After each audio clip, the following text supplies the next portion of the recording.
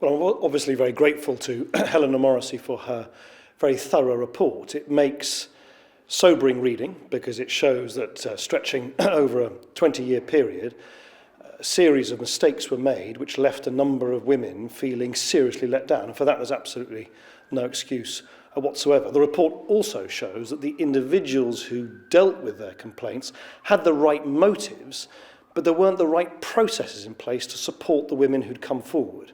And as leader of the Liberal Democrats, I take responsibility for that.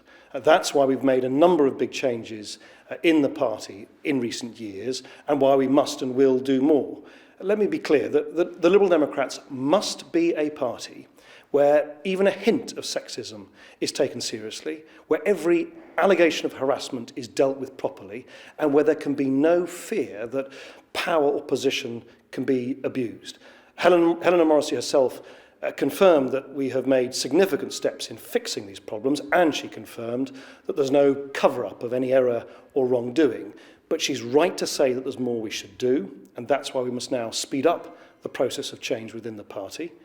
It's why I can confirm that we will implement all of her recommendations in full and without any further delay. It's why I've asked Tim Farron, the President of the Liberal Democrats, to tell me how and when these changes will occur, and Helena Morrissey herself will come back in a year to check on the progress that we've made. You are a party with a historic commitment to the equal and fair treatment of women. So this report, I mean, you say it's difficult reading. Well, it certainly is, and it's absolutely humiliating for you and for you as leader, isn't it? It is difficult and sobering reading for any Liberal Democrat who believes in equality of opportunity, to see that there were a number of women, because of a series of mistakes that were made, identified without pulling any punches in the report, a number of mistakes which let those women down. Helena Morrissey is quite clear that she doesn't think there's anything wrong with the motives, but the process, the way in which the organisation worked, simply wasn't good enough.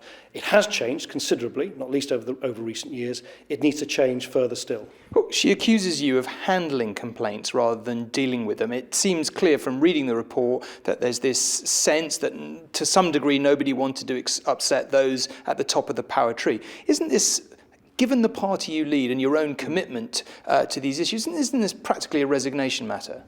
I think it is a serious challenge to the party. Of course it is. This makes very difficult reading because it shows that there wasn't anything, there was no cover-up. She's very clear about that. The motives were not wrong, but the organisation, which, let's remember, is an organisation which has evolved very fast from a very small party into a party which has grown substantially in recent years and now into government. The processes within the party just didn't keep pace with that change. And that meant that a number of women were let down, and we owe it to them. We owe it to everybody. We owe it to our own values to make sure that we now change the party further. There's been a considerable amount of change. We need to change further still. Lastly, okay, you say that she doesn't criticise the motives of those involved. That, to some extent, is your get-out clause, but it's still monumentally humiliating, and she makes it clear that she believes the issues were handled rather than dealt with a distinct whiff that nobody wanted to take on those at the top of the power tree. Now, that is devastating for you, and for you personally, isn't it? She sets out in detail in her report that a number of these complaints that came forward weren't dealt with formally, and a number of them, of course, weren't made formally either. That all the motives of the individuals were right, that in many respects that she says that the individuals acted as best as they could, but there simply wasn't a system in place to make sure that women who came forward were properly treated, properly supported, and their complaints were properly dealt with. And she's now made a number of recommendations, some of which build on changes we've already made, but she's quite right, we now have got to change all of these things. We will do so, and we'll do it quickly.